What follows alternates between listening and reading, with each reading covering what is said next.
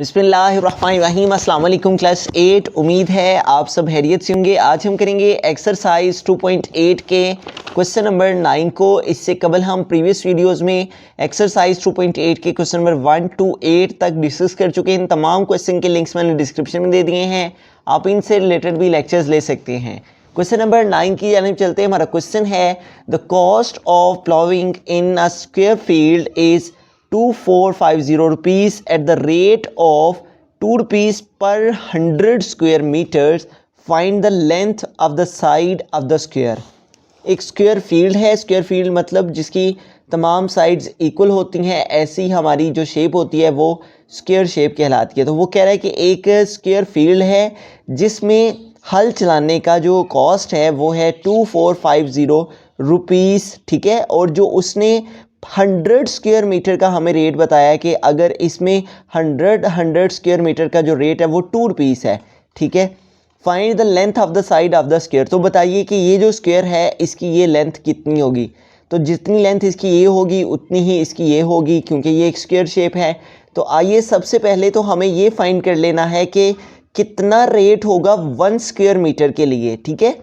फिर 1 square metre का जो रेट हमारे पास आएगा उसको हम इस कॉस्ट के साथ डिवाइड कर लेंगे, और इस कॉस्ट के साथ डिवाइड करके तो एरिया ऑफ स्क्वायर रीजन हम फाइंड कर पाएंगे, ठीक है। और जब हमारे पास एरिया आ जाएगा तो उस एरिया की मदद से हम फिर इसकी एक साइड की लेंथ जो है वो फाइंड कर लेंगे, ठीक है। तो आइए इसको सॉल्व कर लेते हैं। पहले गिवन डाटा लिख लेते हैं। गिवन डाटा में हमारे पास क्या है, cost of ploughing in the square field.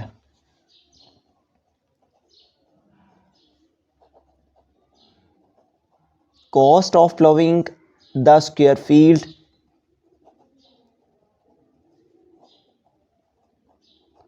और ये किसके इक्वल आ जाएगी 24, जो उसने हमें कॉस्ट दी हुई है टोटल 2450 रुपीज़। उसके बाद सेकंड उसने हमें रेट दिया है 100 स्क्वायर मीटर का, ठीक है।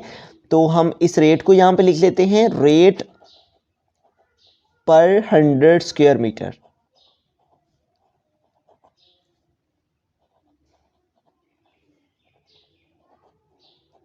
और ये इक्वल है 2 रुपीज़ के, ठीक है। हमें क्या करना है, पहले हमें ये 100 स्क्वायर मीटर का रेट उसने दिया हुआ, तो हमें 1 स्क्वायर मीटर का रेट फाइंड कर लेना है, ठीक है, ताकि हम फिर इस कॉस्ट के साथ उसको डिवाइड करके तो नेक्स्ट सोल्यूशन कर सकें। तो आइए 1 स्क्वायर मीटर का जो रेट है वो फाइंड कर लेते हैं, रेट पर 1 स्क्वायर मीटर। तो 1 स्क्वायर मीटर का रेट फाइंड करने के लिए हमें क्या करना है, ये जो 100 स्क्वायर मीटर का रेट है इसको हमें डिवाइड करना है 100 के साथ। तो यूं हमारे पास जो रेट पर 1 स्क्वायर मीटर है वो आ जाएगा। आइए इसको सॉल्व कर लेते हैं। 2 1 टाइम 2 250 टाइम 100, तो क्या आ गया 1/50। अब 1 को 50 के ऊपर हम डिवाइड कर देंगे, 1 डिवाइडेड बाय 50, यहाँ पे पॉइंट लगाएंगे, यहाँ पे 0। अभी भी ये वैल्यू हमारी लेस देन है 50 से, इसलिए हम यहाँ भी 0 लगाएंगे और यहाँ भी 0। देन 52 टाइम हमारे पास क्या आ जाएगा 100। तो यूँ हमारे पास जो रेट पर 1 स्क्वायर मीटर है वो कितना आ गया है 0.02 मीटर, ठीक है। इतना रेट हमारे पास आ गया है इसका, रेट पर 1 स्क्वायर मीटर। रेट पर 100 स्क्वायर मीटर था 2 रुपीज़, तो रेट पर 1 स्क्वायर मीटर जो आ गया वो क्या है 0.02 रुपीज़ है, ठीक है। तो अब हमें एरिया ऑफ स्क्वायर रीजन का फॉर्मूला अप्लाई कर लेना है। Area of square reason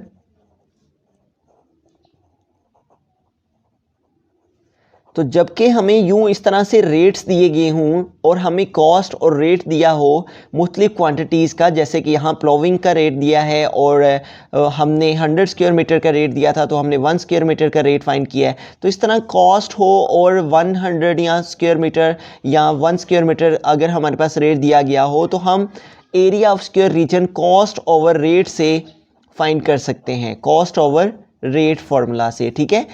area of square reason जो हमारे पास किसी भी स्क्वायर फील्ड, कोई भी स्क्वायर फील्ड है, उसमें लेंथ को लेंथ से अगर हम मल्टीप्लाई करते हैं तो हमारे पास उस स्क्वायर का एरिया आ जाता है। तो इसलिए तो यूँ हमने जो एरिया ऑफ स्क्वायर रीजन है उसके लिए लेंथ का स्क्वायर भी हम लिख सकते हैं, ठीक है, क्योंकि अगर हम लेंथ को लेंथ से मल्टीप्लाई करें तो किसी भी स्क्वायर फील्ड का एरिया आ जाता है, इसलिए हमने इसको लेंथ के स्क्वायर के साथ इस एरिया ऑफ स्क्वायर रीजन की प्लेस पे लेंथ का स्क्वायर लिख दिया। कॉस्ट हमारे पास कितनी है, जो टोटल कॉस्ट है प्लॉविंग की वो उसने दी है 2450। इसको यहाँ पे पुट करेंगे 2450 डिवाइड कर देंगे रेट के साथ, और रेट पर 1 स्क्वायर मीटर हमने जो फाइंड किया है 100 स्क्वायर मीटर के रेट को यूज़ करते हुए, और वो हमारे पास आया है 0.02। इसके साथ इसको डिवाइड कर देंगे 0.02।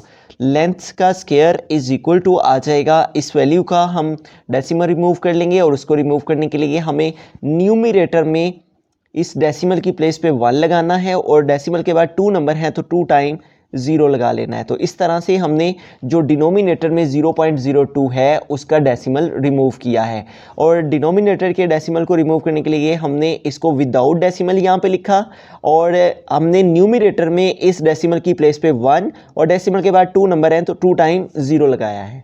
अब इसको मज़ीद हम सिंप्लीफाई कर लेते हैं, तो 2 1 टाइम 2 एंड 2 50 टाइम 100। लेंथ का स्क्वायर इज इक्वल टू आ जाएगा, हमें इस वैल्यू को अब 50 से मल्टीप्लाई कर लेना है।